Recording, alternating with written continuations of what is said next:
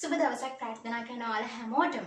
මේ වීඩියෝ එකෙන් අපි සාකච්ඡා කරන්න භාග 9, 10, 11 ශ්‍රේණි තුනටම භාග පාඩම තියෙනවා. එතකොට O level paper එකේ අපේ පළවෙනි paper එකේ B කොටසේ පළවෙනි ප්‍රශ්නේ ඉන්නේ භාග ගණන. අනිවාර්ය භාග ගණන. එතකොට මේ ප්‍රශ්නේදී ඔයාලට අමාරු වෙන්නේ අර ඉතිරියෙන් කොටසක් කියනකොට එතකොට අර කමල්ට පැටස් 80ක් ගියාට පස්සේ ඉතිරි කොටස කොහොමද ඒ සමාන කරගන්නේ? එතකොට මුළු ඉදමෙන් කවර භාගයක් කියන්නේ? අන්න ඔය වචන ටික තමයි පැටලෙන්නේ.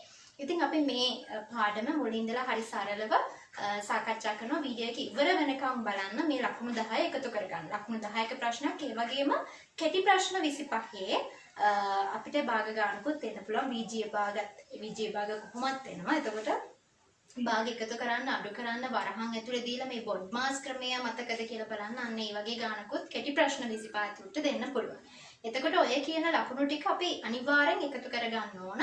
එතකොට මුලින්ම අපි සාකච්ඡා කරන්නේ මේ අපේ 10 වසර අච්චු පොතේ ගානක්. ඊට පස්සේ කෙටි ප්‍රශ්න 25ට එන ඒ කෙටි ප්‍රශ්නයක් සාකච්ඡා කරනවා. ඊට පස්සේ පාස් පේපර් එක ගානක් සාකච්ඡා කරනවා. ඉතින් ඒ වගේම ක්ලාසස් ගැන විස්තර මේ ඩිස්ක්‍රිප්ෂන් එකේ දාලා තියෙනවා. එතකොට ස්ලෝ ක්ලාස් එක, ස්පීඩ් ක්ලාස් එක, පේපර් ක්ලාස් එක ඔයාට අවශ්‍ය ඔයාගේ මට්ටම අනුව අවශ්‍ය ක්ලාස් එකට සම්බන්ධ වෙන්න පුළුවන්. පළවෙනි බටන් එක ක්ලික් කරන්න. එතකොට WhatsApp මැසේජ් එකක් දැම්මට පස්සේ අපේ ඇඩ්මින් කෙනෙක් කොහොමද සම්බන්ධ වෙන්න ඕන කියන දේවල් ටික විස්තර කියයි. එතකොට පේපර් ක්ලාස් එකට ෆ්‍රී සම්බන්ධ වෙන්න පුළුවන්. ඒ හැම විස්තරයක්ම දැනගන්න පුළුවන් WhatsApp මැසේජ් එකක් දැම්මට පස්සේ. ඒ වගේම මේ වාරයට අදාළ පාඩම් ටික. ඒ කියන්නේ 11 වසරේ මේ පළවෙනි වාරේ පාඩම් ටික. තාත්වික සංඛ්‍යා, ලඝු ගණක කොටස් 2යි. ඒ වගේම පරිමාව, වර්ගඵලය. දැන් පරිමාවය එහෙම කියන්නේ ලකුණු 10 ටිකක් අමාරු ප්‍රශ්නයක්. ඒ වගේම සමාන්තර රේඛා අතර තල රූප වල වර්ගඵලය. මේ ප්‍රමේයන් ටික ප්‍රමේයන් 3ක් විතර තියෙනවා මේ පාඩමේ. ඔය කියන ටික හරිම සරල විදිහට සාකච්ඡා කරන නැවත මතක් කිරීම. මිශ්‍ර අභ්‍යාස කරමින් නැවත මතක් කරන වීඩියෝ එකක් YouTube එකට දාලා තියෙනවා. අපි link එකක් මේ description එකේ දාලා තිනවා. ඒකට ගිහින් බලන්න පුළුවන්. එහෙනම් අපි පටන් ගමු. හරි. දැන් මේ ගාන කියවන්න. ඉඩමකින් 7න් 3ක් ප්‍රදීප්ට අයිතිය. ඔහු එම ඉඩමේ ඔහුට අයත් නොවූ කොටසින් 4න් එකක් මිලටගෙන මුල් ඉඩමට යා කරගන්න. හරි. දැන් මේක මේ කියන තියෙන දේ ටිකක් තේරුම් ගන්න පුළුවන් ඔයාලට නේ. ඉඩමකින් 7න් 3ක් ප්‍රදීප්ට අයිති. එම ඉඩමේ ඔහුට අයත් නොවූ කොටසින් අයති නැති කොටසින් 4න් එකක් මිලටගෙන මුල් ඉඩමට යා කරගන්නවා. අයිති යාට 7න් 3යි. ඊට පස්සේ අයිති නැති කොටසනුත් එයා 4න් එකක් මිලට ගන්නවා. හරි. පළවෙනි බලන්න එතකොට ප්‍රදීප් මිලදී ගත් කොටස් මුළු ඉඩමෙන් කවර භාගයක්ද? එතකොට ප්‍රදීප් මිලදී ගත්ත කොටස කියලා කියන්නේ දැන් මේ න්‍යාගාව කොහොමත් 7න් 3ක් තියෙනවා. එතකොට මිලදී ගන්නේ එයාට අයිති නැති කොටසින් 4න් එකක්. එතකොට ඒක ගලපලා ගන්න ඕනේ. දැන් මෙතනදී මේ අයන මේ ඉතිරියෙන් කොටසක් කිව්වහම මතක තියාගන්න හොඳට මතක තියාගන්න අයන කියන්නේ ගණන් වලදී ಗುಣ කිරීමක් විදිහට තමයි ගන්න ඕනේ. ඒක ಗುಣ කිරීමක් විදිහට තමයි හිතන්න ඕනේ. එතකොට දැන් මෙතනදී ප්‍රදීප් මිලදී ගත්ත කොටස කියලා කියන්නේ එයාට අයිති නැති කොටසින් 4න් එකක්. තමයි මිලදී ගන්න. ඒක ගලපලා ගන්න. එතකොට ප්‍රදීප්ට අයිති නැති කොටස කොහොමද හොයාගන්නේ? එතකොට මුළු ඉඩම 7න් 7 කියලා ගන්න ඕනේ. මුළු ඉඩම 7න් 7යි. ඇයි ඒ 7න් 3ක් නෙයාට අයිති. එතකොට 7න් 7 සම්පූර්ණ පිරීලා කියන්නේ ඒ තේරුම තමයි මුළු ඉඩම කියන්නේ. එතකොට 7න් 7න් මුළු ඉඩමෙන් එයාට අයිති ටික 7න් 3යි. 7න් 3 අඩු කරාම ඔයාට එනවා එයාට අයිති නැති ටික 7න් 4ක් කියලා. දැන් හරය සමානයිනේ මෙතන. ඒකට අඩු කරන්න මතකයිනේ නේ. 7න් 3ක් අඩු කරාම 4යි. එතකොට 7න් 4 කියන්නේ මෙයාට අයිති නැති කොටස. එතකොට දැන් මිලදී ගන්න කොච්චරක්ද කියලා අහන්නේ. මිලදී ගන්නේ මෙයාට අයිති නැති කොටසින් 4න් එකක්. එතකොට මෙයාට අයිති නැති කොටස 7න් 4යි. ඒ 7න් 4න් අය ණයන්න කියන්නේ හොඳට මතක තියාගන්න මේ ප්‍රශ්නේ අනිවාර්යෙන් ඉතිරියෙන් කොටසක් කියන එක අපේ භාග ගන්න අනිවාර්ය ප්‍රශ්නයක්. එතකොට ඒ වෙලාවට හොඳට මතක තියාගන්න අය ණයන්න කියන්නේ ඉතිරියෙන් කියවහම අයත් නොවූ කොටසින් කියවහම ಗುಣ කිරීමක්. ඒ විදිහට ගලපලා ගන්න. එතකොට 7න් 4න් අය ණයන්න 4න් එකක් තමයි මිලදී ගන්න. දැන් මේක හදලපුවාම මේක සුළු කරපුවාම එන උත්තරේ තමයි මිලදී ගන්න කොටස වෙන්නේ. එතකොට 4ට 4 කැපුණා මේ 4ට 4 කැපෙනවනේ ගුණ කිරීමකදී නේ. හරි. එතකොට මෙතන උඩ ලවේ 1යි යට මෙතන 7යි. එතකොට එතකොට මේ හතෙන් එකක් තමයි මේ මිනිස්සයා මේ ප්‍රදීප් කියන කෙනා මිලදී ගන්න කොටස වෙන්නේ. එතකොට මුළු ඉඩමෙන් හතෙන් එකක් තමයි මිලදී ගන්න. එතකොට මේක තමයි උත්තරේ. හරි? හරි. දැන් බලන්න ඊට පස්සේ මෙතන අහනවා මුළු ඉඩමෙන් අඩකට වඩා දැන් ප්‍රදීප් සතුව ඇති බව පෙන්වන්න.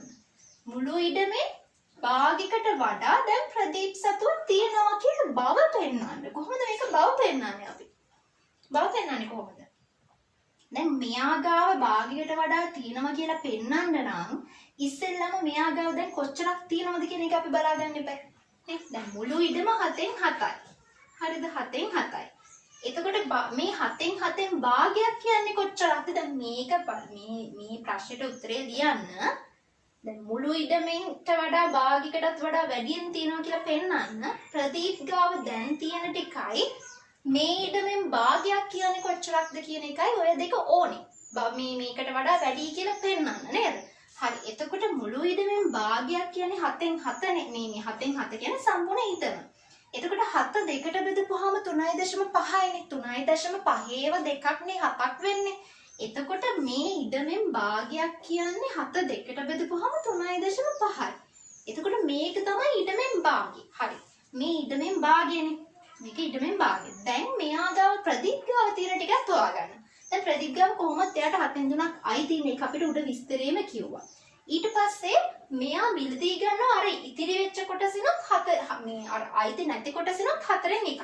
ඒක ගලපලා ගත්තාම ඒ අයිති නැති කොටසින් 4න් එකක් කියන්නේ 7න් එකක්. මුළු ඉඩමෙන් 7න් එකක්. එතකොට එයා ගාව තිබුණ 7න් 3ක් දැන් මිලදී ගත්ත 7න් එකක්. එතකොට දැන් මෙයා ගාව 7න් එකක් මිලදී ගත්ත දැන් මෙයා ගාව ඔක්කොම තියෙනවා 3යි 1යි හරය සමානයිනේ. මෙතන හරය සමාන නම් කිසි ප්‍රශ්නයක් නැහැ. 7ම දැම්ම 3යි 1යි 4යි. දැන් මේ ප්‍රදීප් ගාව 7න් 4ක් තියෙනවා. එතකොට මුළු ඉඩමෙන් භාගයක් කියන්නේ 3.5යි. 7න් 3.5යි. 7 දෙකට බෙදපුවම 3.5යිනේ.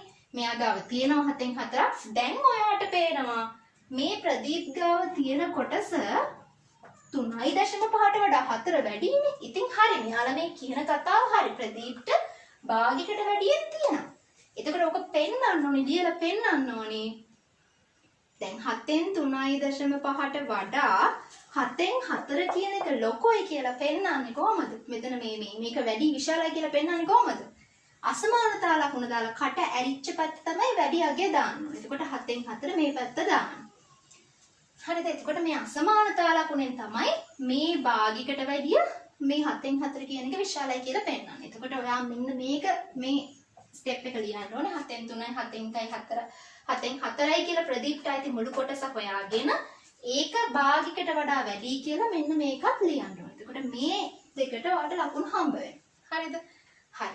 බව පෙන්නනවා කියන්නේ අර ඒකට වඩා විශාලයි කියලා මේ අසමානතා ලකුණ දාලා පෙන්නන්න ඕනේ. අසමානතා ලකුණෙන් තමයි විශාල කියලා අර කට ඇරිච්ච පැත්තට විශාලගිය දාලා පෙන්වන්න ඕනේ. හරි? හරිද? ඊට පස්සේ බලන්න මිලදී ගැනීමෙන් පසු ප්‍රදීප්ට අයත් නොවු කොටසේ වර්ගඵලය වර්ග මීටර 240ක් නම් ප්‍රදීප්ට ඉඩමෙන් අයිති මුළු ඉඩම් ප්‍රමාණය වර්ග මීටර කොපමණද කියලා අහනවා. දැන් මේක එකපාරට කියනකොට ඔයාලට තේරෙන්නේ මොකද්ද මේ කරන්න කියන්නේ කියලා. දැන් හොඳට මේක කියවන්න. දැන් ප්‍රදීප්ට අයිති නැති කොටස වර්ග මීටර 240ක් නම් ප්‍රදීප්ට අයිති කොටස වර්ග මීටර කොච්චරක්ද කියන එක තමයි ඔය අහන්නේ. අයිති නැති කොටස වර්ග මීටර 240ක් නම් අයිති කොටස වර්ග මීටර කොච්චරක්ද කියලා අහන්නේ. එතකොට මේ හැම භාග ගානකම මේ වගේ ප්‍රශ්නයක් එනවා. එක්කෝ මුළු ඉඩමේ වර්ගඵලය කියන්නේ ඉතිරි කොටස පෙටස් 80ක් නම් මුළු ඉඩමේ වර්ගඵලය ඔන්න ඔය වගේ මුළු ඉඩමේ පෙටස් ගාන ඔන්න ඔය වගේ එක ප්‍රශ්න හැම අවුරුද්දකම එනවා. එතකොට මේකෙදී අපි කරන්න ඕනේ මේ වර්ග මීටර 240ක් කියලා දීලා තියෙනවනේ. මේක ඇසුරෙන් තමයි මේ ගාන හදන්න පුළුවන්. මුලින්ම අපි මේ ගාන දුන්නාම ඔයාට ඔළුවට එන්න ඕනේ හරි. එහෙනම් අයිති නැති කොටස 240ක් කියලා කියනවනේ. එතකොට අයිති නැති කොටස කියන්නේ මුළු ඉඩමේ කොච්චර භාගයක්ද කියන එක හොයාගන්න. එතකොට ඒ භාගෙට සමාන වෙන්න ඕන 240ට. ඒක ඇසුරෙන් ඔයාට මේ ප්‍රදීප්ට අයිති කොටසේ වර්ග මීටර ප්‍රමාණය හොයන්න පුළුවන්. හරි. එහෙනම් අයිති නැති කොටසයි ප්‍රදීප්ට අයිති කොටසයි භාගයක් විදිහට මුලින්ම ලියාගමු. එතකොට මේ ගාන හදාන්න ලේසි වෙනවා. ඔයාලට මේ ගාන දැක්කම තේරෙන්න ඕනේ ඔළුවට එන්න ඕනේ හරි. 240ක් නම් අයිති නැති ටික අයිති නැති කොටස භාගයක් විදිහට ලියා ගන්න ඕනේ. අපි දැන් අයිති නැති ටිකයි අයිති අයිති ටිකයි දෙකම භාගයක් විදිහට ලියාගෙන එතකොට ඔයාලට මේ වටපිටාව හැදෙනවා ගන්න හදන්න. හරිද? එහෙනම් ප්‍රදීප්ට අයිති ටික අපි ඉස්සෙල්ම ලියාගමු. අයිති ටික. එතකොට දැන් ප්‍රදීප්ට අයිතිනේ 7න් 3ක් කොහොමත් අයිතිය තිබ්බා. නේ? 7න් 3ක් කොහොමත් අයිතිය තිබ්බා. තව මිලදී ගත්ත 7න් එකක්. එතකොට මෙයාට 7න් 4ක් දැන් මුළු ඉඩමෙන් මේ වෙනකොට අයිති. එතකොට අයිති නැති ටික කොච්චරක්ද? දැන් එතකොට ඔයාලට කෙලින්ම අයිති නැති ටික 7න් 3යි කියලා දාගන්න පුළුවන් වෙන්න ඕනේ. දැන් මෙතන 7න් 4 දැන් මුළු ඉඩම 7න් 7 කියලා නැති සලකන්නේ සම්පූර්ණ පිළිලා තියෙන 7න් 7 තමයි මුළු ඉඩම. ඒකෙන් 7න් 4ක් යාට අයිති නම් 4ට 3ක් එකතු කරාමනේ 7 වෙන්නේ. එතකොට 7න් 3යි අයිති නැති ටික. ඔක අපි කරන්නේ මුළු ඉඩම 7න් 7යිනේ. ඒකෙන් අයිති ටික අඩු කරාම අයිති නැති ටික එනවානේ. මුළු ඉඩම 7න් 7යි. ඒකෙන් දැන් එයාට අයිති ටික අඩු කරාම අයිති නැති ටික එනවානේ. එතකොට 7න් 4ක් අඩු කරන්න. අයිති නැති ටික අඩු කරන්න. එතකොට හරය සමානයි. එහෙනම් අපිට මේක ලේසියෙන්ම ගන්න පුළුවන් 7න් 4ක් අඩු කරාම 7න් 3යි. එතකොට මේ 7න් 3ක් තමයි අයිති නැත්තේ. 7න් 4ක් අයිති. දැන් ඔය දෙක මම ලියාගත්තාම අපිට දැන් ලේසි වෙනවා. එතකොට මේ වර්ග මීටර 240 කියලා කියන්නේ අයිති නැති ටිකනේ. හරි. එහෙනම් මම කිව්වේ ඒකේ වර්ග මීටර 240ක් කියන්නේ භාගයක් විදිහට කීයද කියලා හොයාගන්න කියලා. දැන් අපි හොයාගත්තා. අයිති නැත්තේ 7න් 3යි. එහෙනම් මේ 7න් 3 තමයි 240 කියන්නේ. අයිති නැති ටික තමයි වර්ග මීටර 240ක් වෙන්නේ. එතකොට මේ 7න් 3ක් කියන්නේ 240ක්. දැන් අපෙන් අහන්නේ මොකක්ද? අපි දැන් කරන්නේ මොකක්ද? හොඳ අවධානයෙන් ඉන්න ඕන. දැන් අපෙන් අහන්නේ ප්‍රදීප්ට අයිති ටික වර්ග මීටර කොච්චරක්ද? දැන් ප්‍රදීප්ට අයිති 7න් 4ක්. 7න් 4 කියලා කියන්නේ වර්ග මීටර කොච්චරක්ද කියන එක තමයි අහන්නේ. 7න් 3ක් කියන්නේ 240ක් නම් 7න් 4ක් කියන්නේ වර්ග මීටර කොච්චරක්ද? හරි දැන් හරි ලේසි. 7න් 3ක් කියන්නේ 240ක් නම් වර්ග මීටර 240ක් නම් දැන් ඔයාලට පුළුවන් නේද 7න් 1ක් කියන්නේ වර්ග මීටර කොච්චරක්ද කියලා හොයාගෙන ඒක 4න් ගුණ කරොත් 7න් 4ක් කියන්නේ මේ ප්‍රදීප්ට අයිති ටික කොච්චරක්ද කියන එක එනවා. හරි එහෙනම් ඔයා මේක 3ට බෙදන්න. එතකොට අපිට 7න් 1ක් එනවනේ. එතකොට 240ක් 3ට බෙදන්න එපා. 240 කියන්නේ 7න් 3ක්නේ. ඒක 3ට බෙදපුවාම 7න් 1 කොටසක් එනවා. එතකොට 7න් 1ක් කියන්නේ 240 3ට බෙදපුවාම 80යිනේ. නේද? දැන් 3 වරකට 24යිනේ. එතකොට 80ක් එනවා. වර්ග මීටර 80 කියලා කියන්නේ 7න් 1 කොටසක්. අපෙන් අහන්නේ මොකක්ද? ප්‍රදීප්ට අයිති කොටස. ප්‍රදීප්ට අයිති 7න් 4ක්. 7න් 4ක් කියන්නේ වර්ග මීටර කොච්චරක්ද කියන එක තමයි අපෙන් අහන්නේ. එතකොට 7න් 1 ඒව 4ක්නේ 7න් 4 හැදෙන්නේ. කියන්නේ 80 ඒව 4ක්. 80 ඒව 4ක්. 7න් 1ක් කියන්නේ 80යි. ඒ වගේ ඒව 4ක් තමයි 7න් 4 හැදෙන්නේ. 80 ඒව 4ක්. එතකොට වර්ග මීටර 320ක් කියලා එනවා. මම හිතනවා මේ ගාන තේරෙන්නේ නැති කියලා. එතකොට අර මුලින්ම අපි වර්ග මීටර 240 කියන එක මුළු ඉඩමේ කොච්චර භාගයක්ද කියන එක හොයාගන්න එකෙන් තමයි අපි මෙතන මේ ගාන හදන්න ලේසි වෙන්නේ. 7න් 3ක් කියන්නේ 240 කියන එක ඇසුරෙන් තමයි අර එයාට අයිති ටික 7න් 4 කියන්නේ කොච්චරක්ද කියලා හොයාගන්නේ. හරිද? හරි. එතකොට දැන් මේ භාග ගාන කියන්නේ පේපර් එකේ තියෙන ලේසිම ගාන. ඒ වගේම අනිවාර්යයෙන්ම හැමදාම එන ප්‍රශ්නයක්. එතකොට කෙටි ප්‍රශ්න 25 ගත්තාම කෙටි ප්‍රශ්න 25ටත් භාග ගාන එකතු කරන්න අඩු කරන්න වරහන් ඇතුලේ දාලා ඊට පස්සේ බෙදන්න ඔය ටික අර බොඩ් මාස් එක ක්‍රමය මතකද කියලා බලනවා. එතකොට ඒ වගේ ගානකුත් අපි දැන් ඊගාවට සාකච්ඡා කරනවා. මේ ගාන ලකුණු එකක්වත් මග ඇර ගන්න එපා. ලකුණු 10 අනිවාර්යයෙන්ම ගන්න පුළුවන් අනිත් ගණනොත් එක්ක සාපේක්ෂව බලනකොට. හරිද? එතකොට අපි පාස් පෙපර් එක ගානකුත් තව ගැඹුරු සාකච්ඡා කරනවා වීඩියෝ එක ඉවර වෙනකම්ම බලන්න. දැන් මේක බලන්න. මේ 1යි 2කින් 1 මිශ්‍ර භාගයක් නේ. පූර්ණ සංඛ්‍යාවකුත් එක්ක භාග තියෙනවා. දැන් එතකොට මෙතන මේ භාග ගත්තාම අඩු කරන්න තියෙනවා, ගුණ කරන්න තියෙනවා, එකතු කරන්න තියෙනවා. මේක කොහොමද කරන්නේ? ඊපස්සේ මෙතන එකතු කරන්න තියෙනවා. දැන් මෙතෙන්දී අපිට හිතා ගන්න බෑ මම එකතු කරලා ඉන්නවද, ගුණ කරලා ඉන්නවද, අඩු කරලා ඉන්නවද මොකක්ද කියලා හිතා ගන්න බෑ එකපාරට. අපිට ගණන් වලදී මෙන්න මේ වගේ ක්‍රමයක් දෙනවා. බොඩ් මාස් කියලා ක්‍රමයක් තියෙනවා. ඒ කියන්නේ වන් බෙගුදාරි. ඒ කියන්නේ වරහන් ඉස්සෙල්ලාම අපිට මේ ක්‍රමෙන් අපි මේ පිළිවෙලට තමයි යන්න ඕනේ. ඒ කියන්නේ ඉස්සෙල්ලාම වරහන් අයින් කරන්න. ගණනා යන්න, බෙදන්න, ගුණ කිරීම, එකතු කිරීම, අඩු කිරීම. දැන් මෙතෙන්දී අපි මුලින්ම මොකද්ද කරන්න ඕනේ? දැන් මෙතන වරහන් එහෙනම් වරහන් අයින් කරගන්න ඕනේ. වරහන් අයින් කරන්නේ කොහොමද? මේ වරහන් අයින් කරනවා කියන එකේ තේරුම මේ වරහන් ඇතුලේ තියෙන ටික සුළු කරන්න ඕනේ. වරහන් ඇතුලේ අපිට කරන්න කියන්නේ මොකක්ද? ඒ ටික කරාම නිකම්ම වරහන් ටික අයින් වෙනවා. ඒක තමයි වරහන් අයින් කරනවා කියන්නේ. කියන්නේ මෙතන අඩු කරන්න, ගුණ කරන්න නැති මේ දෙක කරන්න ඕන. ඊට පස්සේ තමයි එකතු කරන්න ඕන. හරිද? හරි. දැන් එතකොට මෙන්න මේ අඩු කිරීම, ගුණ කිරීම මේ දෙකෙන් මොකක්ද අපි කරන්න ඕන? ඒකට දැන් මේ පිළිවෙල මතක තියාගන්න ඕනේ. එතකොට ගුණ කරන්නද තියෙන්නේ, අඩු කරන්නද මුලින්ම තියෙන්නේ? ගුණ කරන්න එක තියෙනවානේ. ඊට පස්සේ තමයි අඩු කරන්න තියෙන්නේ. එහෙනම් අපි මුලින්ම ගුණ කරලා ඉන්න ඕනේ නේ. හරි. එතකොට මෙතන දැන් බලන්න අපිට මේ කැපෙන ඒවා මොකුත් නැහැ. අපිට එතකොට මෙතන ගුණ කරාම අපිට එනවා එක් වරක් 3 3යි, දෙවරක් 2 4යි. එතකොට 4ෙන් 3ක් කියලා එනවා. ඊට මෙතන මේ අඩු කිරීම 1යි 2කින් අපිට මේක ළමයි මේ මිශ්‍ර භාගය මේ විදිහට තියෙද්දි අපිට නිකන් කලද කියන්නේ බෑ මේක කරගන්න. ටිකක් පැටලෙනවනේ. ඒක නිසා අපිට මේ මිශ්‍ර භාගය විෂම භාගයක් මේ හරයයි ලවයයි තියෙන මේ විදිහට භාගයක් කරගත්තාම අපිට මෙතන අඩු කරන්න සුළු කරන්න හැම ලේසි. එතකොට මෙතන දෙවරක් 1 2යි 2යි 1යි. මෙතන මේක ගුණ කරනවා දෙවරක් 1 2යි. ඒ දෙකට මේ උඩ ලවයේ තියෙන ගාන එකතු කරන්න ඕනේ. එතකොට දෙවරක් 1 2යි 2යි 1යි 3යි.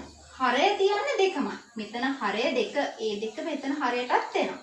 අර ලවය තමයි වෙනස් වෙන්නේ දෙවරක් 1 2යි 2යි 1යි දෙකට එකක් මේ උඩ එක එකතු කරාම 3යි. එතකොට මෙතන 2ෙන් 3. දැන් එතකොට 2ෙන් 3ෙන් අඩු කරන්න 4ෙන් 3ක්. දැන් අපි මෙතන ගුණ කරානේ ගුණ කරලා ඊපස්සේ මෙතන අපි මේ මිශ්‍ර භාගය මේ විදිහට හදාගත්තාම අපිට ලේසි මේක කරන්න. හරිද? හරි. දැන් එතකොට මෙයා භාග අඩු කරන්න. භාග අඩු කරන්න තියෙනකොට අපි ශිෂ්‍යත්ව කාලේ ඉඳලා දන්නවා හරය සමාන කරගන්න ඕනේ. එතකොට මෙතන හරය සමාන නැති නිසා මොකද දෙවරක් 2 මෙතනක් 2කින් ගුණ කරන්න. ඊට පස්සේ මෙතන 4නේ. පොදු හරය 4නේ. එතකොට දෙවරක් 3 6යි. 6න් මේ 3 අඩු කරන්න ඕනේ. එතකොට අපිට එනවා 4ෙන් 3. 4ෙන් 3ක් එනවා. නේ? දැන් මෙතන මේ අපි තාම කරේ වරහන් මේ සුළු කරපු එකනේ කරේ. හරිද? මම මෙතන පල්හාට ගන්නවා. දැන් මේ පැත්තේ මේ ධන දෙකකින් එක කියන එක පල්හාට එනවා. හරි? දැන් මේ වරහන් ඇතුළේ අපි මේ තාම සුළු කරගන්නේ. මේ එහා පැත්තේ දෙකකින් එක තියෙනවා. හරි? එතකොට මෙතන 6න් 3ක් අඩු කරාම 3යි. එතකොට 4ෙන් 3ක් කියලා තමයි මේ වරහන් ඇතුලේ ටික සුළු කරාට පස්සේ ඒ ගණිත කර්ම ටික කරාට පස්සේ අපිට අන්තිමට එනවා 4ෙන් 3ක්. ඒකට එකතු කරන්න ඕනේ දෙකෙන් එක. දැන් හරය සමාන වෙන්න ඕනේ එකතු කරන්න. හරය සමාන නැහැ මෙතන. එහෙනම් මේක අපිට 4 කරගන්න පුළුවන් දෙකකින් ගුණ කරලා. හරය මේකෙන් ගුණ කරනවා නම් ලවයත් එකකින් ගුණ කරන්න ඕන. නේද? එතකොට දෙවරක් 2 4යිනේ. එතකොට අපිට එනවා මෙතන මොකක්ද දෙන්නේ? පොදු හරය 4 විදිහට ගන්න පුළුවන්. දෙවරක් 2 4 නිසා. එතකොට මෙතන 3යි. මෙතන එක් වරක් 2 2යි. එතකොට 4ෙන් 5යි කියලා එනවා. මේක අපිට දැන් මේ විෂම භාගයක්. විෂම භාගයක් කියන්නේ හරයට වඩා ලවය විශාලයි. හරයට වඩා ලවය ලොකුයි. ඒක අපිට ඕන මිශ්‍ර භාගයක් කරන්න පුළුවන්. එතකොට 1යි 4ෙන් 1 කියලා. ඒ කියන්නේ 4ෙන් 4 ඒවා එකක් තියෙනවා. ඒක 4ෙන් 4ට මේ 4ෙන් 4ට තව 4ෙන් එකක් එකතු වෙලානේ 4ෙන් 5 දෙන්නේ. 4ෙන් 4 කියන්නේ සම්පූර්ණ එකක් පිළිලා පූර්ණ සංඛ්‍යාවක්. එතකොට මේ පූර්ණ සංඛ්‍යාවන් 4ෙන් 4ක් කියන්නේ එකක්. ඒ කියන්නේ 4 4ට බෙදපුවාම එකයිනේ. එතකොට ඉතිරි 4ෙන් එක මේ විදිහට දානවා. එහෙම තමයි මිශ්‍ර භාග හදන්නේ. හරි? හරි. දැන් එතකොට මේක කරගන්න පුළුවන්. මේ ටික මේ අඩු කරන එකතු කරන ටික ඔයාලට කොහොමද කිරිකජු වගේ ඇති මේක පුළුවන් ඇති. මේ ගන්න 2019 පාස් පේපර් එකේ පළවෙනි කොටසේ B කොටසේ පළවෙනි පේපර් එකේ B කොටසේ තියෙන පළවෙනි ගාන භාග ගාන. බලන්න මේක කියවන්න. කාණුවක මුළු දිගින් 15න් 7ක ප්‍රමාණයක් පළමු දිනේදී කපන ලද අතර ඉතිරි දිගින් 4න් එකක් දෙවන දිනේදී කපන ලදී. හරි. දැන් එතකොට පළවෙනි ප්‍රශ්නේ අපෙන් අහන දැන් මේ කාණුවක මුළු දිගින් 15න් 7ක ප්‍රමාණයක් පළවෙනි දවසේ ඉවර වෙනකොට කපලා තියෙනවා. එතකොට බලන්න මේකේ දැන් ප්‍රමාණයක් පළමු දිනේදී කපන ලද අතර ඉතිරි දිගින් 4න් එකක් දෙවන දිනේදී කපන ලදී. එතකොට පළවෙනි ප්‍රශ්නෙන් අපෙන් අහන්නේ පළමු දිනේ අවසානයේ කාණුවේ මුළු දිගින් කොපමණ භාගයක් තවදුරටත් කැපීම සඳහා ඉතිරි වේද? එතකොට කාණුවේ මුළු දිගින් 15න් 7ක් පළවෙනි දවසේ පළමු දිනේදී කැපුවට පස්සේ තව කොච්චරක් කපන්න ඉතිරිද කියලා නෙමෙයි කියන්නේ. නේද? පළමු දිනේ අවසානයේ කාණුවේ මුළු දිගින් කොපමණ භාගයක් තවදුරටත් කැපීම සඳහා ඉතිරි වේද? ඒ කියන්නේ දැන් මුළු කාණුව 15න් 15යිනේ. මුළු කාණුව අපි 15න් 15 කියලා ගන්න එපයි. ඒ කියන්නේ සම්පූර්ණ පිළිලා කියන තේරුමනේ. දැන් 15න් 7ක් පළවෙනි දවසේ කැපුවා කියන්නේ 15න් 15යි සම්පූර්ණ කාණුව. ඒකෙන් 15න් 7ක් පළවෙනි දවසේ කපලා. එතකොට දෙවෙනි දවස වෙනකොට තව කපන්න පළමු දිනේ අවසානයේ පළමු දිනේ කපලා තියෙනවා 15න් 7ක්. පළමු දිනේ ඉවර වෙනකොට තව කොච්චරක් කපන්න ඉතිරිද කියලා තමයි මේ අහන්නේ.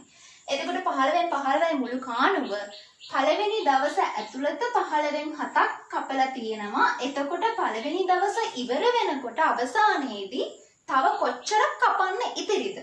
එතකොට මුළු කාණුවෙන් දැන් කපලා තියෙන ටික අඩු කරාම අපිට තව කොච්චරක් කපන්න ඉතිරිද කියන එක එනවා නේද? හරි. බලන්න එතකොට 15න් 15 දැන් මෙතන භාග අඩු කරන්න. ඒ කියන්නේ හරය සමාන නිසා මෙතන කිසි ප්‍රශ්නයක් නැහැනේ. 15යි 15යි තියෙන්නේ. එතකොට කීයද උත්තරේ? 15. එතකොට 15න් 7ක් අඩු කරාම 8යි. එතකොට 15න් 8ක් තමයි අපිට තව කපන්න ඉතිරි වෙන්නේ. පළවෙනි දවසේ ඉවර වෙනකොට 15න් 8ක් කපන්න ඉතිරි. හරි. බලන්න ඊගාව එක දෙවන දිනේදී කාණුවේ මුළු දිගින් කොපමණ භාගයක් කපනු ලැබුවේද? දෙවන දිනේදී කාණුවේ මුළු දිගින් කොපමණ භාගයක් කැපුවද කියලා අහනවා. එතකොට මේ බලන්න මේ විස්තරය බලන්න අපිට කියලා තියෙනවා දැන් පළමු දිනේදී 15න් 7ක් කැපුවා. ඊට පස්සේ ඉතිරි දිගින් අන්න ඒ ඉතිරියෙන් කියන එක අපිට හරියට මේ නෝට් වෙන්න ඕන. ඉතිරියෙන් කියන්නේ මොකක්ද? එතකොට දැන් දෙවන දවසේ කපන ප්‍රමාණය තමයි අපෙන් අහන්නේ. දෙවෙනි දවසේදී කපන්නේ කොච්චරක්ද කියලා. එතකොට දෙවෙනි දිනේදී කපන්නේ 4න් 1 නෙවෙයි. අර ඉතිරියෙන් 4න් 1. අර පළවෙනි දවසේ කැපුවට පස්සේ ඉතිරි වෙන ප්‍රමාණය 15න් 8යිනේ. ඒ 15න් 8න් 4න් 1ක් තමයි කපන්නේ. එතකොට මෙතන මේක ගලපලා ගන්න ඕනේ. එතකොට දැන් මේ දෙවෙනි දවසේ කපන්නේ 4න් 1ක් නෙමෙයි. අර ඉතිරි වෙන ප්‍රමාණයෙන් 4න් 1ක්. ඒ කියන්නේ 15න් 8යිනේ. 15න් 8ක් තමයි ඉතිරි වෙන්නේ. දැන් මේ භාග ගණන් වල ළමයි එකකට එකක් සම්බන්ධයි. ඒ කියන්නේ පළවෙනි ප්‍රශ්නයෙන් හොයන උත්තරේ දෙවෙනි ප්‍රශ්නෙට එනවා. ඉතින් මේවා එකකට එකක් සම්බන්ධයි. එතකොට ඔය අමුතුවෙන් ආයෙත් මේ 15න් 8 කියන එක හොයන්න යන්න ඕනේ නැහැ. ඉතිරි ප්‍රමාණය පළවෙනි ප්‍රශ්නේ හෙව්වා. එතකොට 15න් 8න් ඒ ඉතිරියෙන් කියන්නේ අල් නයන්න. මම දැන් කිව්වා ඉස්සෙල්ලා ඉතිරියෙන් කියලා කියන්නේ ගණන් වලදී අල් නයන්න කියලා කියන්නේ ගුණ කිරීම. එතකොට ඉතිරි ප්‍රමාණය ඇවිල්ලා 15න් 8යි. පළවෙනි දවසේ කැපුවට පස්සේ ඉතිරි වෙන්නේ 15න් 8ක් තව. ඒ ඉතිරි ප්‍රමාණයෙන් අය නයන්න කියන්නේ ගුණ කිරීම 15න් 8න් 4න් 1ක් තමයි දෙවෙනි දවසේ කපන්නේ. ඒ කියන්නේ මෙන්න මේ විදිහට මේක සුළු කරාම අපිට එන්නේ දෙවෙනි දවසේ කපන ප්‍රමාණය. දෙවෙනි දවසේ කපන්නේ කොච්චරක්ද කියන එක එනවා. එතකොට 15න් 8න් 4න් 1ක්. මේක ගලපලා ගන්න ඕනේ. නැත්තම් කෙලින්ම ඔයා 4න් 1 දැම්මොත් එහෙම දෙවෙනි දවසේ කපන්නේ කොච්චරක්ද කියලා ආපුවාම ඒක වැරදි. අපිට ඒ 4න් 1ක් කියලා කියන්නේ ඉතිරි වෙන ප්‍රමාණයෙන් 4න් 1ක්. එතකොට ඉතිරි වෙන ප්‍රමාණය 15න් 8යි. 15න් 8න් 4න් 1ක්. එතකොට 15න් 8 ගුණ කිරීම 4න් 1 කියලා අපි දාගන්න ඕන. හරි? එතකොට දැන් මෙතන ගුණ කිරීමක් අපිට මෙතන 4ට 4 ඒවා 1යි 8ට 4 ඒවා 2යි. එතකොට මෙතන අපිට එනවා 15න් 2ක් කියලා. දෙවරක් 1 2යි 15 වරක් 1 15යි. එතකොට 15න් 2ක් කියලා අපිට එනවා මේ දෙවෙනි දවසේ කපන ප්‍රමාණය. මේ දෙවෙනි දවසේ කපන ප්‍රමාණය එතකොට 15න් 2ක්. හරි? හරි. තුන්වෙනි ප්‍රශ්න බලන්න. කාණුවේ මුළු දිගින් තවත් මීටර 600ක දිගක් මුල් දින 2 අවසාන වන විට කැපීමට ඉතිරිව තිබිනි කාණුවේ මුළු දිග සොයන්න. එතකොට කොහොමද කරන්නේ? දැන් හොඳට කල්පනා කරන්න ගාන කියවන්න මේ ප්‍රශ්නේ තේරුම් ගන්න. මේ කතන්දරයක්නේ කියන්නේ. මේක හොඳට තේරුම් ගන්න බලන්න. ඔයාට තේරෙන්නේ නැත්නම් මෙහෙම එකපාරට මේක කියනකොට තේරෙන්නේ නැත්නම් වචනෙන් වචන තේරුම් ගන්න බලන්න. හරිද? එතකොට කාණුවේ මුළු දිගින් මුළු දිග කියලා කියන්නේ දැන් 15න් 15. ඒ 15න් 15න් තවත් මීටර 600ක දිගක් මුල් දින 2 අවසාන වෙනකොට කපන්න ඉතිරි වෙනවලු. ඒ කියන්නේ දැන් පළවෙනි දවසේ කීයක් කැපුවද? දවසේ කපන්නේ කොච්චරක්ද? 15න් 7ක්. දැන් මේ 15න් 8 කියන්නේ අර දෙවෙනි දවසේ පළවෙනි දවසේ ඉවර වෙනකොට කපන්නේ ඉතිරි ප්‍රමාණයනේ. එතකොට පළවෙනි දවසේ කැපුවේ 15න් 7යි. ඒක අපිට මේ කියනවා මෙතන 15න් 7ක් කැපුවා කියලා අපිට එයාලා මුලින් විස්තරෙම දෙනවා. එතකොට දැන් මේ මොකක්ද අපි කරන්න යන්නේ? අපෙන් අහන්නේ මොකක්ද? කාණුවේ මුළු දිග. අපි ඒක හොයන්නේ කොහොමද? මීටර් 600ක් කියන්නේ 15න් කොච්චරක්ද කියලා මුලින් හොයාගෙන ඉන්න ඕනේ. දැන් මීටර් 600 කියලා කියන්නේ පළවෙනි දවසේ දෙවෙනි දවසේ කැපුවට පස්සේ තවත් කපන්න ඉතිරි ප්‍රමාණය. එතකොට මේ මීටර් 600 කියන්නේ 15න් කොච්චරක්ද කියලා හොයාගත්තොත් අපිට 15න් 15 කියලා ඒක ආදේශ කරගෙන අපිට මේ මුළු කාණුවේ දිග හොයාගන්න පුළුවන් නේද? හරි. එතකොට දැන් 15න් 15යි මුළු කාණුව අපි දැන් මේ කරන්නේ මොකක්ද? අර මීටර් 600ට අදාළ භාගය 15න් කොච්චරක්ද කියන එක ගන්න එක. එතකොට අපි මුළු කාණුවේ 15න් 15න් පළවෙනි දවසේ කපපු ටිකයි දෙවෙනි දවසේ කපපු ටිකයි අඩු කරොත් අපිට තව කොච්චරක් කපන්න ඉතිරිද කියන එක එනවා. හරි. එතකොට 15න් 15න් මම අඩු කරන්න ඕනේ. දැන් පළවෙනි දවසේ 15න් 7යි. නේ 15න් 7යි. දෙවෙනි දවසේ 15න් 2යි. මේ කලින් හොයපු ඒවා මේකට ඕන වෙනවා. හරි. ඒකයි මම කියන්නේ එකකට එකක් සම්බන්ධයි. එතකොට පළවෙනි දවසේ 15න් 7ක් කැපුවා දෙවෙනි දවසේ 15න් 2ක් කැපුවා. එතකොට 15න් 9ක් කපලා තියෙනවා නේ 7යි 2යි 9යිනේ. එතකොට දවස් දෙකේම කපලා තියෙනවනේ දැන් මුළු කපලා තියෙනවා කාණුවෙන් 15න් 9ක් 7යි 2යි 9යිනේ. මම ඒ 15න් 9 කියන එක ගත්තේ මම මෙතනින් දාන 15න් 7යි 15න් 2යි එකතු කරලා තමයි 15න් 9 කියන එක මම ගත්තේ. ඒ කියන්නේ දවස් දෙකේම කපපු ප්‍රමාණය. ඒ කියන්නේ දැන් මුළු කාණුව 15න් 15යි ඒකෙන් 15න් 9ක්. ඒ කියන්නේ දවස් දෙකේම කපපු ටික මම අඩු කරාම මට එනවා තවත් කොච්චර කපන්න ඉතිරි වෙනවද කියන එක. එතකොට 15න් 9ක් අඩු කරාම අපිට කීයක් එනවද? 15න් 6ක් එනවනේ. දැන් හරේ සමාන නිසා කිසි ප්‍රශ්නයක් නැහැ. 15න් 9ක් අඩු කරලා දාන්න පුළුවන් 15න් 6ක් කියලා නේද? හරි. එතකොට මේ 15න් 6 කියන්නේ මොකක්ද? 15න් 6 කියන්නේ මොකක්ද? මේ කපන්න ඉතිරි ප්‍රමාණය. එතකොට මීටර 600 සමාන වෙන්න ඕනේ මේ 15න් 6ට. මීටර 600 සමාන වෙන්න ඕනේ මේ 15න් 6ට. ඇයි මීටර 600 කියලා කියන්නේ මොකක්ද? මීටර 600 කියලා කියන්නේ දවස් දෙකේම කැපුවට පස්සේ ඉතිරි වෙන තවත් කපන්න ඉතිරි ප්‍රමාණය. අපි මේ කරේ මීටර 600 කියන්නේ 15න් කොච්චරක්ද කියන එක හොයාගත්ත එක. එතකොට මේ 15න් 6ක් තමයි මීටර 600ක් කියලා කියන්නේ. මේ 15න් 6 සමාන වෙනවා මීටර 600ට. අපිට ඕනේ මොකක්ද? මුළු කාණුවේ දිග 15න් 15ක් කියන්නේ මීටර කොච්චරක්ද කියන එක හොයන්න. දැන් 15න් 6ක් කියන්නේ මීටර 600යි. ඒක ගත්තා. දැන් අපිට ඕනේ 15න් 15ක් කියන්නේ මීටර කොච්චරක්ද? දැන් මුළු කාණුව කියන්නේ 15න් 15 වෙන්න බෑ නේද? හරි. එතකොට 15න් 6 මීටර 600 නම් අපි මොකද්ද කරන්න ඕන? ඔව්. අපිට 15න් 15 හොයාගන්න මම ඒක කරලා පෙන්නන්න. මෙතන අපිට පුළුවන් නේද? මෙතන 15න් 6 15න් 15 කරගන්න. හරිද? මම මෙහෙම කරනකො මුලින් මම 15න් එකක් හොයාගෙන ඒක 6න් මේ 15න් ගුණ කරා නම් මට 15න් 15 වෙනවනේ නේද? ඒ කියන්නේ මම මේක 6න් බෙදලා 15න් ගුණ කරන්න ඕන. මෙහෙමනේ මම මේක මෙතන කරලා පෙන්නන්නම්කො මේ. දැන් 15න් 6 ළමයි සමානයිනේ මීටර 600ට. හරිද? මට ඕනේ 15න් 15ක් කියන්නේ මීටර කොච්චරක්ද කියලානේ. එතකොට මම මේක 15න් ගුණ කරලා 6න් බෙදුවොත් මට මේ මෙතන මේකට මේක කැපිලා 15න් 15 කියන එක හැදෙනවනේ මෙතන. මෙතන මේක සුළු වෙලා අපිට හැදෙනවා. මෙතන 15න් 15යි කියන එක හැදෙනවා. හරිද?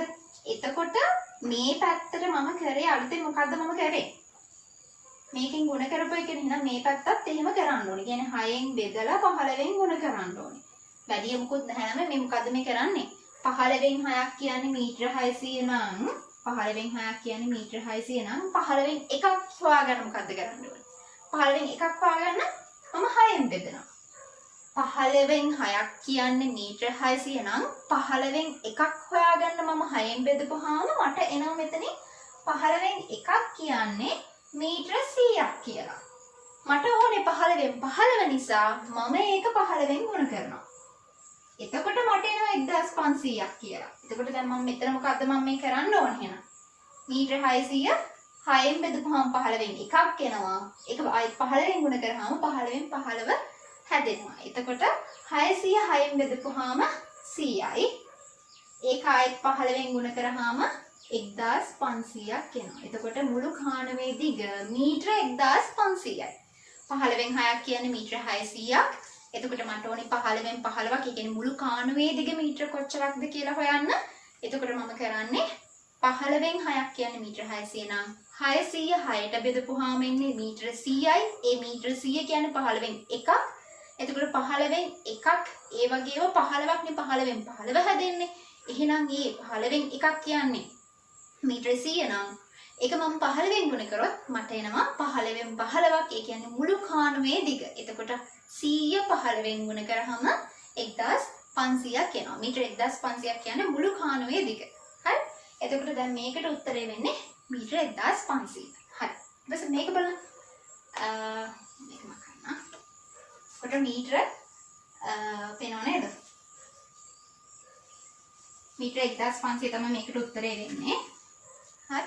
හරි. දැන් බලන්න එතකොට මේ බලන්න මේක කාණුවේ ඉතිරි මීටර 600 කැපීමට මිනිසුන් 4 දෙනෙක්ට දින 3ක් අවශ්‍ය වේයයි සිතන්න. එම දින දෙකදී කැපීමට වැඩිපුර මිනිසුන් කී දෙනෙකු යෙදවිය යුතුද? මේ මිනිස් දින ගානක්. මේ භාග ගාන අස්සට මිනිස් දින ගානකුත් දාලා මෙයා. එතකොට දැන් මේ මොකද්ද කියන්නේ? දැන් මේ ගාන මේ මිනිස් දින ගාන හරිම ලේසි විසඳන්න. හරිද? මෙතෙන්දී අපි කරන්නේ ළමයි කාණුවේ ඉතිරි මීටර 600 කැපීමට මිනිසුන් 4 දෙනෙක්ට දින 3ක් අවශ්‍ය වේයයි සිතන්න. එතකොට මිනිස් දින කොච්චරක්ද? දැන් මම හැමතිස්සෙම කියනවා මේ මිනිස් දින ගණන් වලදී මිනිස්සු ගාන දින ගානෙන් ගුණ කරාම එන්නේ මිනිස් දිනනේ. මිනිස් දින තමයි දැන් වැඩක්. දැන් මේ මිනිස් දින ගණන් වලදී වැඩේ මනින්නේ මිනිස් දින වලින්. දැන් දිග මනින්නේ සෙන්ටිමීටර වලින් වගේ අන්න ඒ සෙන්ටිමීටර මීටර ඒවෙන් වගේ මේ වැඩේ මනින්නේ මිනිස් දින ගණන් වලින්. මිනිස් දින වලින්. එතකොට අපේ මේ වැඩේ මීටර 600ක් කපන වැඩේ මිනිස් දින වලින් ගත්තොත් එහෙම මිනිස්සු ගාන දින ගානෙන් ගුණ කරන්න ඕයා. මිනිස්සු ගාන දින ගානෙන් ගුණ කරාම අපිට එනවා. ඒ කියන්නේ මිනිස්සු දින දැන් මිනිස්සු මෙතන 4 දෙනයි. එතකොට දින 3යි. එතකොට අපිට එනවා 4 වරක් 3 12යි මිනිස් දින 12. මේ මිනිස් දින 12 කියන්නේ ළමයි මේ මිනිස් දින 12 කියන්නේ සම්පූර්ණ වැඩේ. සම්පූර්ණ වැඩේ මිනිස් දින 12ක්. හරිද?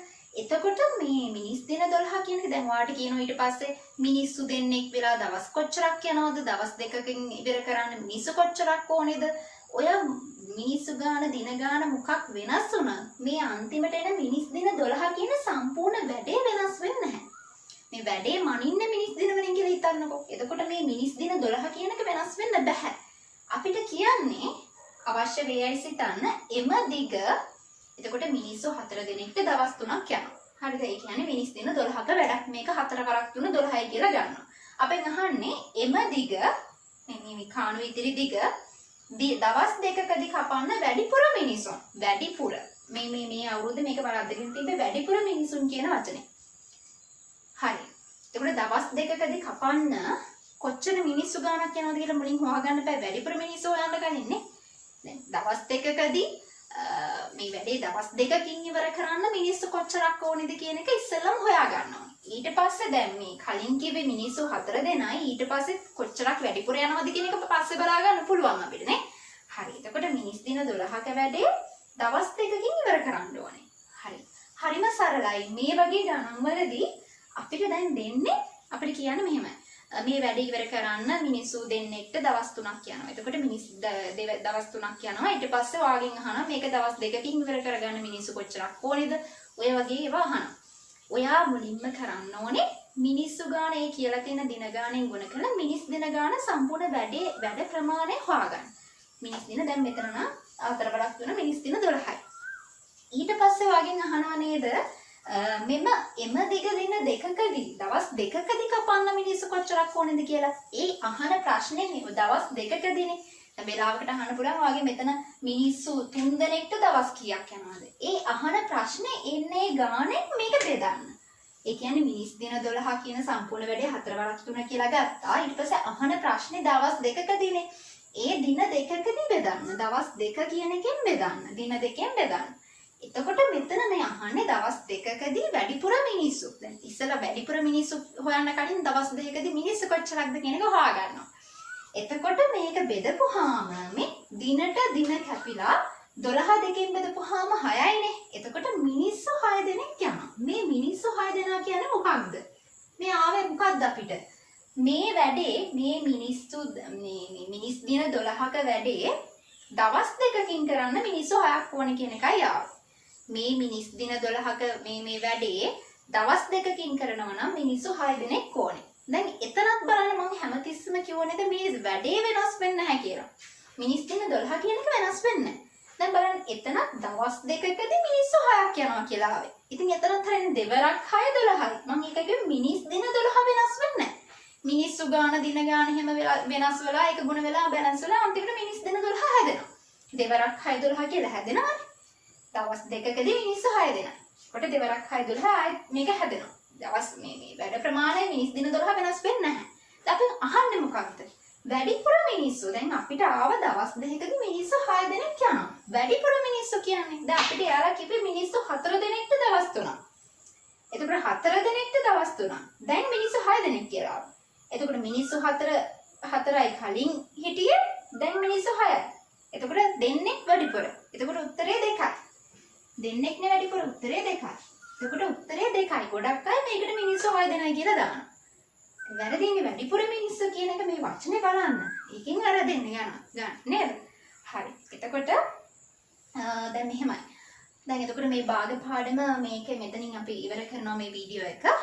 එතකොට ඔයාලට මේ වාරයට අදාළ පාඩම් ටික කියන්නේ දැන් 11 වසරේ පළවෙනි වාරේ තියෙන පාඩම් ටික තාත්වික සංඛ්‍යා ලඝු ගණක කොටස් දෙකක් තියෙනවානේ. එතකොට වර්ගඵලය පරිමාව සමාන්තර රේඛා අතර තල රූපවල වර්ගඵලය ඔය කියන පාඩම් හැම එකක්ම කවර් වෙන විදිහට අපි වීඩියෝ එකක් හදලා දෙනවා. ඒක YouTube එකේ දාලා තියෙනවා. ලින්ක් එක දාලා තියෙනවා. ඒකට ගිහින් බලන්න පුළුවන්. එතකොට ඒකට පේමන්ට් එකක් කරනවා. ඒකට ඔයාලට වීඩියෝ එක බලන්න පුළුවන්.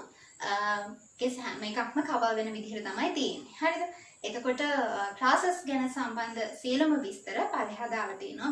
මේ විස්තරේ දාලා තියෙනවා. එතකොට ඇඩ්මින් කෙනෙක්ට කතා කරලා ක්ලාසස් වලට සම්බන්ධ වෙන්න පුළුවන්. ක්ලාසස් කඩලා තමයි තියෙන්නේ. කියන්නේ ගෲප් ක්ලාස් එකක් තියෙනවා, ස්ලෝගන් ක්ලාස් එකක් තියෙනවා, ස්පීඩ් ක්ලාස් එකක් තියෙනවා. ඉතින් ඔය ටික පළෙහා ඩිස්ක්‍රිප්ෂන් එකේ දාලා තියෙනවා. ඇඩ්මින් කෙනෙක්ට කතා කරලා එහෙම නැත්නම් කෝල් එකක් මේ මැසේජ් එකක් දාලා විස්තර දැනගන්න පුළුවන්.